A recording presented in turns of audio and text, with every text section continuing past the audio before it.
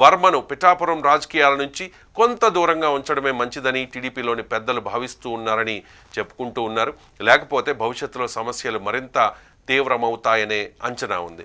Party అవసరాల కోసం, భవిష్యత్ వ్యూహాల కోసం కొన్నిసార్లు కొంతమంది నాయకులు త్యాగం చేయాల్సిందే అనే భావన తెలుగుదేశం పార్టీ వర్గాల్లో బలంగా వినిపిస్తోంది.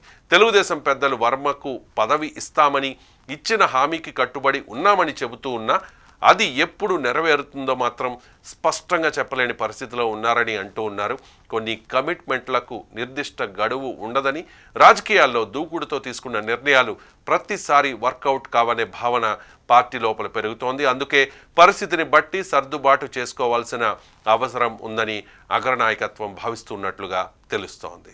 వర్మకు విశాఖలో వ్యాపారాలు ఉన్నాయి. వాటిని ఆయన కుమారుడు చూసుకుంటూ ఉన్నారు. వాటిని దృష్టిలో పెట్టుకుని ప్రస్తుతం ఖాళీగా ఉన్న విశాఖ నార్త్ నియోజకవర్గ బాధ్యతలను వర్మకు అప్పగిస్తే ఎలా ఉంటుందన్న ఆలోచన టీడీపీ పెద్దల్లో ఉందట.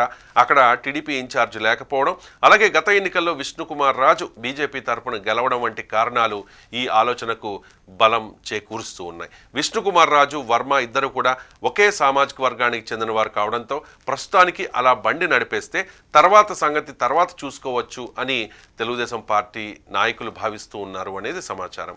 ఇక అత్యంత ముఖ్యమైన అంశం ఏంటంటే డిప్యూటీ సీఎం ఉన్న నియోజకవర్గంలో తరచూ వివాదాలు, విభేదాలు రావడం పార్టీ అధిష్టానాన్ని ఆలోచనలో పడేసింది.